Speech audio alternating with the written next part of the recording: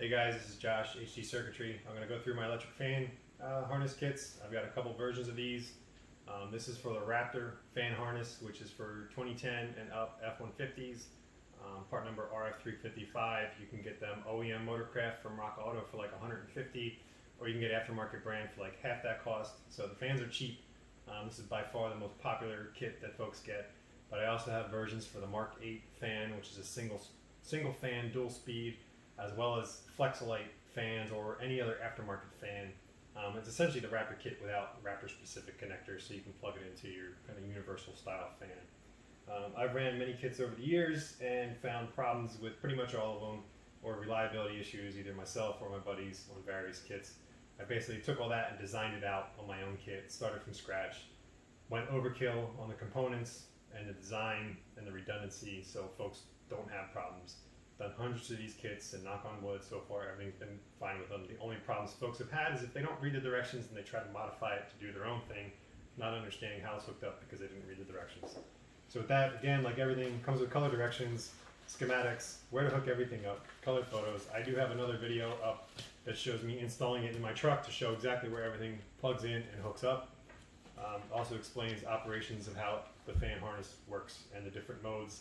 It's triggered off temperature, AC, as well as a manual override switch to give a lot of flexibility. It uses 70 amp solid state power relay modules, so these are rated for 70 amps continuous. The fans don't draw that. They may hit something high on peak, but then after that, continuous is usually like 25, 30 amps, and a lot of companies just sell you a 25 or 30 amp relay, and then years down the road they end up burning up. 70 amp relays with the proper size fuse, depending on which kit it is. This is a very reliable setup. And again, everything plugs in. So comes with the hardware to mount the power relay modules. I have recommendations where to mount that. Comes with the boots. So it uses 6-gauge cable to feed the power relay modules. So you will not have any voltage drop going to these to reduce, kind of improve fan performance. Some fans do draw a lot. You may need to upgrade the alternator depending on your overall setup, the electrical draw and the age of the truck. But it's designed to be the most efficient for the kit itself. Comes with the connector to get the AC trigger tap, includes the temperature sensor for the block. Guys, be careful with this. It is a big NPT connector into the block and then a tiny little stud for the wiring trigger.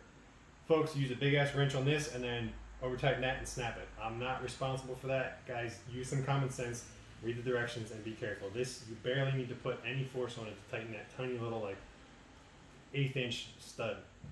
Also comes with a switch for in the cab to change different modes. The modes that I use on my dual fan kit, in the center, one fan always runs on auto. It's not controlled by the switch. That way, no matter what, if you forget the switch or something, you still always have one fan running auto off of AC or temperature. This switch in the cab controls the second fan. You put it to one side, the second fan runs in auto just like the first. You put it in the middle, the second fan always stays off. So essentially it's a single fan operation. First fan still in auto mode, second fan just stays off all the time. Put it to the other side, that second fan will always stay on. So whether the truck's cold, AC's off, second fan stays running, good for cool down in the pits. So that's how the switch is set up. The harness itself, essentially, these two connectors plug in to the power relay modules. This plugs in the fuse box and the 12-volt switch. This plugs in to the AC trigger. This is not a fuse, it's a diode to make sure that that doesn't backfeed and cause your compressor to kick on when your fan kicks on from temperature. This goes to the temp sensor inside the block, includes heat sleeving, nice long so you can route it out of the way of headers. Other kits I've had over the years, this was too short, it was plastic, no heat insulation, it melts on the header, you have fan problems. This gives you enough routing and heat protection, you should not have a problem with that.